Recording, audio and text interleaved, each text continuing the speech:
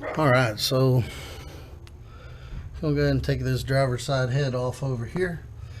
First thing I'm going to do is take the coils off. I already took the spark plug wires off. Well, I got 2 spark plugs and spark plug wires off that I still need to take out. But take the plugs and wires out. Take these 4 fuel rail bolts out that hold the coil, because the fuel rail's got to come out anyway. And then after that, I've already unplugged these coils, but most people don't have this set up. And then once I get that unplugged, I can undo this fuel line for the nitrous and disconnect. There's a vacuum line that goes from the regulator over here to the side of the intake. I'll need to disconnect that, and then I'm just going to pull the whole fuel rail up. Usually the injectors will come with it. Hopefully that'll be the case, but if not, that's fine. But that's what I'm going to do right now. Alright, so I took the 4 fuel rail bolts out, took the coils off. Your stock LT1's not going to have that anyway, but it will have the regulator in the back. And there is a vacuum line that goes from the back of that over to the side, and you do need to take that off. And then also, you can take the injectors loose. You just push in on this little metal clip and pull up, and they come off. They're numbered, so you don't really have to worry about those so much. Also, to make things easier, you can disconnect your feed and return fuel line also. But where I've put a flex fuel sensor on here, I can't get nothing in there, so I'm just going to take it all off together and just set it out of the way. But I do need to unhook my flex fuel sensor. But yeah, that's where I'm at. Disconnect all these on the other side. Should be able to pull this fuel rail straight up, and the injectors will come out, or they'll stay in the hole either way. Just make sure that these got a rubber piece on the bottom and the top, little O-ring rubber piece. Make sure those don't fall down inside the intake. If they get stuck down in there, be careful trying to pull them out, but make sure you get all the rubber O-rings from the top and the bottom, and they don't fall down in your intake. If they fall down in there, you'll be having to dig them out. That's where we're at, and we'll pull the fuel rail up and get that out of the way. Oh, also, before I did that, I unhooked the throttle linkage. You'll have a throttle linkage on the stock car. You'll have the throttle linkage and the cruise control, but the cruise control, it either snaps here or there, I don't remember, but you just pull it forward and it snaps off, and then you just slide it out of the groove. And then with the throttle cable, see that little slit? You got to kind of turn it around and pull the wire to line up with that slit, and then pull the little piece out of the middle there, and then slide it out. I'll put it right there. I took cruise control off this car. And then what you can do is you can unhook any other sensors and the PVC valve that you may have. Most of your other sensors on the stock cars are over here. And if you still got the EGR, there's some sensors in the back. And then your emissions crap, fuel for the charcoal canister and all that other stuff are usually over here. And then you definitely want to unhook your manifold absolute pressure there. And then you got your throttle position sensor,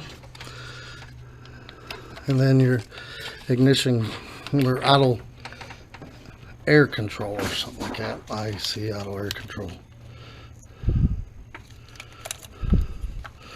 You can unhook that one. Holy cow, that one was already unhooked. Ha! Well, whatever. Alright, and once you got all the sensors in the back and the side over here unhooked, you can unhook your intake air temperature. Well, I'm not even going to take that part off. I'm just going to take this part off. So I'm not even going to fool with that. Once I get that, I can take these 6 bolts on each side, 2, 4, 6 on each side, I should be able to pull that intake out of there. Also, when you lift that fuel rail up, it's not the, sometimes you gotta work at it, and it takes a little bit of finessing. Oh, also, this vacuum line, this one goes to the fuel pressure regulator, but this one goes to back inside the car, because that one does your vents and stuff. That's what switches you from defrost to floor and stuff like that. But we'll unhook that one.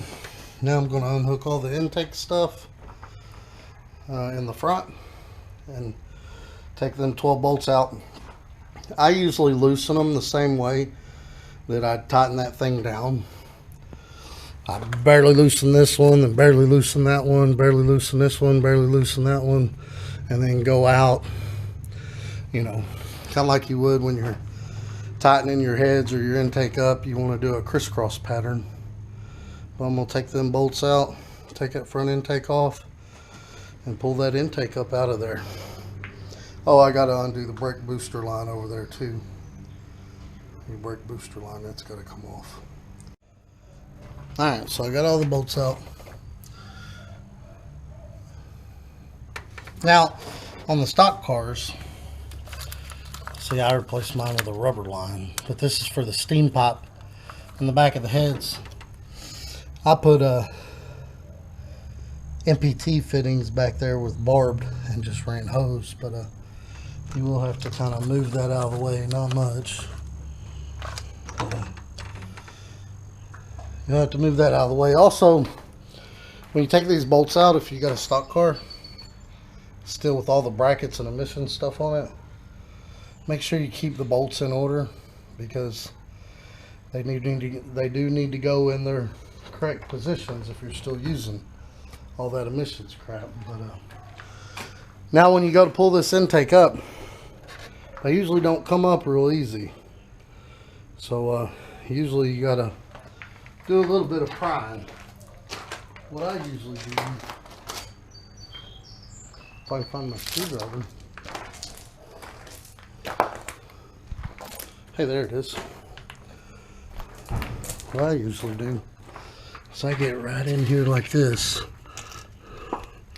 kind of pry a little bit. See, it's trying to come up. Once you get the front to break loose, you're pretty much good there. But I'm gonna go ahead and pull all that out. Just be careful with your wires as you pull it out. It's not real heavy, but it is at an awkward position underneath that cowl. You're working on an F-bar to pull that out. But I'm gonna go ahead and pull that out of there. I'm gonna take the valve cover off. I'm gonna work on taking the header off. And there we go. We got the intake off. And now you can see the valley. And as you can see, some water has gotten in there. That's why the oil is that white and milky looking. So we're going to have to clean it out the best we can. Do an oil change, drive it just a little, and do another oil change. But I'm going to work on taking this valve cover off. I'm going to take the rockers and push rods out of this side. Alright, I got the rocker arms and the push rods out. So now the only thing left to do is to take those two spark plugs out, take the header bolts out, and drop the header down. Plus, I gotta take my catch can off and my ground wires off the front. Now, if you have a stock car, your ignition control module and your cool and everything like that's up here, so you will have to take that off. Now, if you're doing the passenger side, that's even a bigger headache, because to get the head air off, you have to take the oil dipstick out. It'll clear the transmission dipstick, but and then you got to take, I'm pretty sure you have to take that all your accessories and accessory bracket off. You might be able to just take the alternator off and just take the bolts out of the bracket that actually go to the head, and it should come off that way. But passenger side definitely is more of a headache. But like I said, I've never had problems with that side, and it's got the stock replacement rock auto bolts. This one's got the ARP bolts. They got them special washers though. Maybe I didn't put a washer in right. I don't know. We'll see. I'm actually going to unbolt the header and then move it around to try to get to them plugs better. If the plugs break, oh well, I got to replace them anyway. But something else you can also do to get you a little bit more room with the header here is you can take that steering column apart right there, which it's usually easier to drop the steering column in the car to pull that apart. But and I may go ahead and do that because I ordered some manual brakes and they came in the other day, so I just bought that booster. So that booster has to come out anyway, so I've got 2 extra good vacuum boosters. If anybody needs one, I'll give them to you. Alright, got the header bolts out. Now I got plenty of room. Now if you got the stock exhaust, you got to get under the car and take a bunch of stuff off to get them to drop down. But I got true duals that just stand right behind the front seats, so it all dropped down. Now you can drain your radiator and all the water is not going to come out of the block. Down there on the side of the block, opposite of where your knock sensor goes in on the passenger side, if you ever been under your car looking at your knock sensor, there's a plug in this side. Like, I think the B bodies have 2 knock sensors. Anyway, these cars only have 1 knock sensor. But there's a plug in this side, and you can take that plug out. You can drain the water out. Or you can take that back bolt out, because the motor does tilt backwards a little bit. And most of it will come out of there.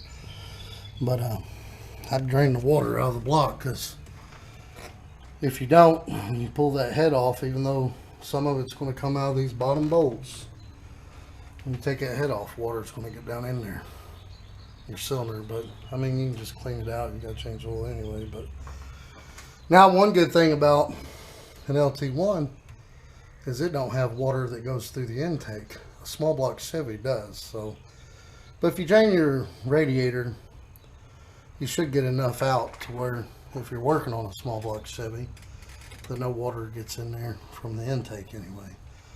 But I'm gonna take these bolts out, these head bolts. I'm gonna take them out just like I would torque the head on. I'm gonna do these, that middle one, the bottom 2, and then go out on each side and just keep going. You don't want to warp your head, so you don't want to go like front to back. You can go from outside to inside or inside to out, but you do want to do it like you was following the sequence to torque it on. And what I do is I just loosen each bolt like a 1/4 turn, and then loosen one each about a 1/2 turn, then I start taking them out. But I'm gonna go ahead and take those bolts out. And when I take the head off, they usually don't come off easy, so I usually stick something down inside one of the intake ports. Not something sharp that's going to mess your intake port up, you know, something like a end of a hammer, the wooden part of a hammer, or something like that, or, you know, just stick something down in there so it don't scar it up when you try to pry on it. But I'm going to pry up, and there's these 2 dowel pins down inside here on this side and on that side. Sometimes they fall out. Don't lose those, because you have to have those, because that's what lines the head up on the cylinders. That's what I'm gonna do next. Alright, I got all the bolts out. Now, if you got a stock head, make absolutely sure that you take that engine coolant crossover off the back here in the back. Because if you bend that metal line that goes across the back of that, when you try to put that back on, it's almost impossible to line back up. It's hard enough to line back up as it is. That's why that's one of the main reasons why I did the barb fittings and the rubber line. But I'm gonna go ahead and take that off now. Those are barb fittings, so pulling that off there might not be easy, but I mean, it's rubber line, so I could probably pop the head off and scoot it up a little bit and then fool with it. But I'm gonna go ahead and take that off, and then we'll pop the head off. Alright, so I got the head off. It looks like there were a couple of bad areas. There was a bad area here, here, and see there. See that little bit of shininess? And then we'll take it over here. Look at that. Right there. It's blowed clean through. And right there it was trying to. And right there it was trying to. But yeah, that's the bad spot right there. Yep. It's just a small blow. And oh my God. It did eat the head up a little. It ate the head up right there. Dang it. I'll have to take it to a machine shop and see if they can fix that. So you're going to get some water down in your cylinders. You want to dry that out the best you can, because them cylinders rust pretty easy. I don't know how long it's going to take me to get this back together. I don't know. It made a spot in the block. Yeah, it catches on the finger now. It made a spot on the head. It blowed a hole in the gasket. So I don't know. I don't know if it's fixable like that, or if the block has to come out and be decked. I don't know. I'm going to have to do some research and ask some questions, but I am going to put some Vaseline in the cylinders real good so it don't rust. I'm going to dry it out a little bit more. I used an old rag, but I'm going to get paper towels and dry it out real good. And put some Vaseline down in each cylinder that's showing metal. And start doing some research on what needs to be done to fix this.